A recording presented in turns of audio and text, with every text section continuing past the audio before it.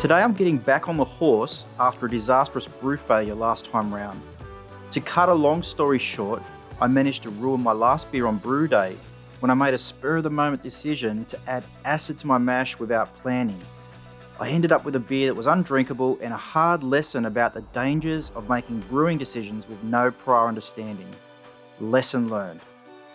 So today I'm going to remake that beer, but this time I'm going to do things right, and the first change I've made is to purchase Brewing water and plan out my recipe additions properly.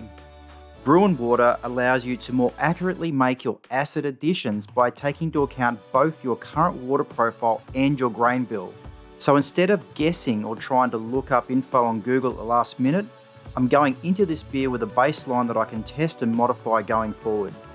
Brewing water also takes care of your other water additions and puts it all into one spreadsheet that you can save and use again. For my regular sulfate and chloride additions, I'm going a little lighter on today than I have in the past, and my water profile for my beer looks like this. With my acid addition, Brewing water is suggesting 2 ml of phosphoric acid in my mash, but I'll back it off roughly to 1.5 ml and see how that goes. And if I need to add more, I'll do it in my sparge water later on.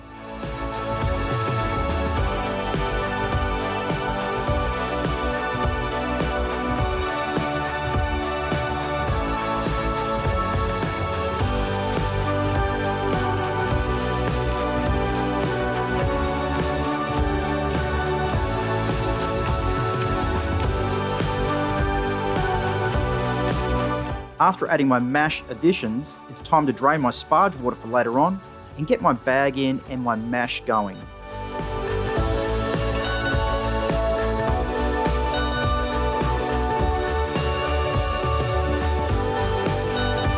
My grain bill for this beer consists of 3.8 kilos of Gladfield Ale Malt, 500 grams of Gladfield Light Crystal, and 400 grams of Gladfield Wheat.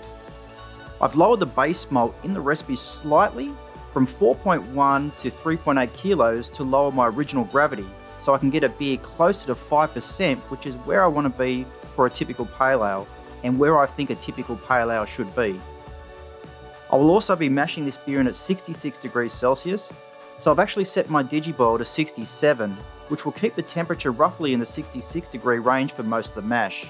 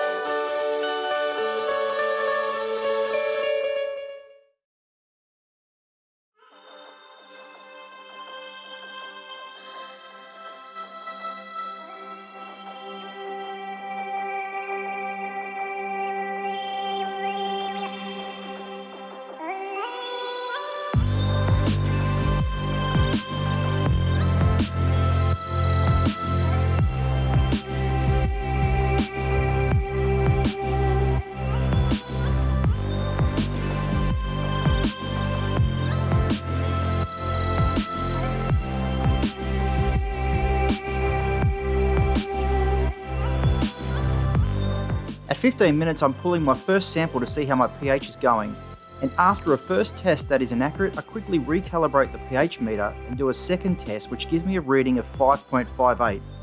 This is lower than my last mash by 0.1, which shows that the acid is working but needs to probably be a bit stronger next time. I decide to add extra acid in my sparge to make up for it and test the pH of my pre-boil sample later on.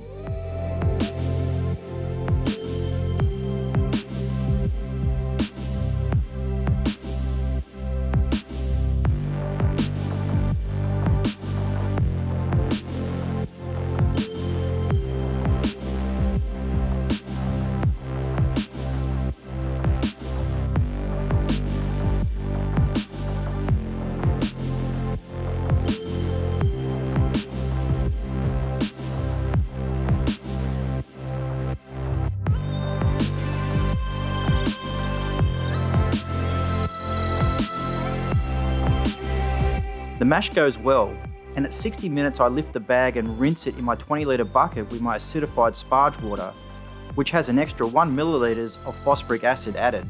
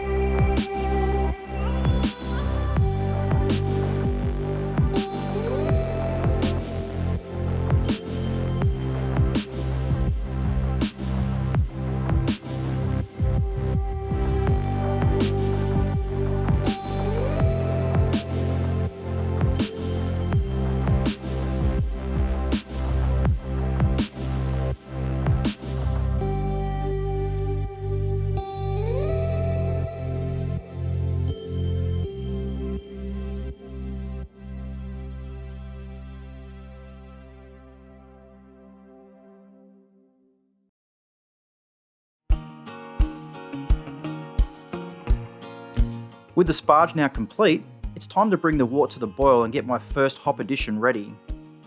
And it's just at this point that I realise how bad the holes in my brew bag have gotten when I see lots of bits of grain floating in my wort while I'm straining off the hop brake. It's that bad that it takes me roughly 10 scoops to get most of it out. Sadly, the quality of bags sold at many homebrew stores in Australia are pretty poor.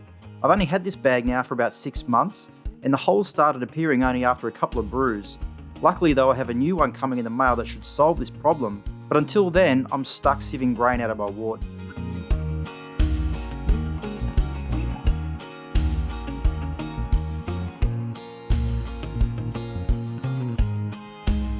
For this beer, I'm shooting for about 29 IBUs in the boil.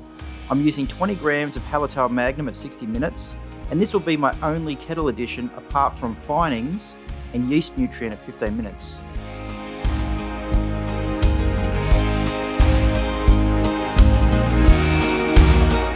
I take one last wort sample to test my pH and pre-boil gravity. My final pH reading comes in at 5.43, showing that the acid in the sparge has also worked and it's now close to a normal level. And my pre-boil gravity comes in at 1044, which is a bit higher than expected, so I'll probably overshoot the 5% ABV range that I was aiming for with this beer. With the 60-minute boil over, it's now time to set up my pump again for recirculation while I do a Whirlpool hop addition. But today I'll be using a wort chiller for the first time. Up until this point, I've been doing the no-chill method for all of my beers in my 35 litre Digiboil. And I've experimented with doing no-chill in both HDPE plastic cubes as well as in the kettle itself. I've had no problems with no-chill, and the method of doing it in the kettle overnight is really easy to do and does save a lot of time on brew day. But there are times when I want to brew chill and pitch my yeast on the same day when I only have one day to make beer. So for doing this, I've purchased a cheap stainless steel immersion chiller, but I'll be using it with a twist. Instead of using it as an immersion chiller with running water going through it in the kettle, I'll be using it as an inline chiller with hot wort running through it in an ice bucket.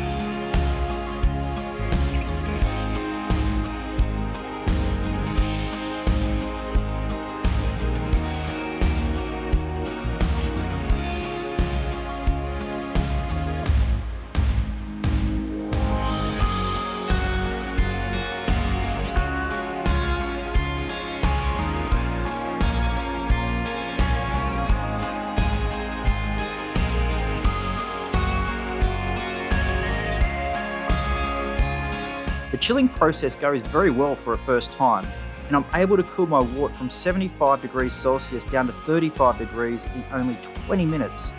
But the last 13 degrees takes me roughly another 20 minutes as I run out of ice blocks and have to use plain tap water instead. All up, I'd say my first attempt at inline chilling was a success. It takes me 40 minutes and roughly 40 litres of water to chill my wort from 75 degrees down to 22 degrees Celsius where I can pitch my yeast. My goal is to try and get the chill down to 30 minutes and 30 litres of water, which I could then repurpose for rinsing and cleaning afterwards. All up, I think this was a pretty successful brew day and I feel like I bounced back well after my previous disaster. I've learned how to use brewing water and apply it to my brew day successfully, and I've also started to understand how to use phosphoric acid in my brewing process properly as a result. I've also successfully chilled my beer using a new inline chilling method, and I have plans to improve this and make it even more efficient going forward.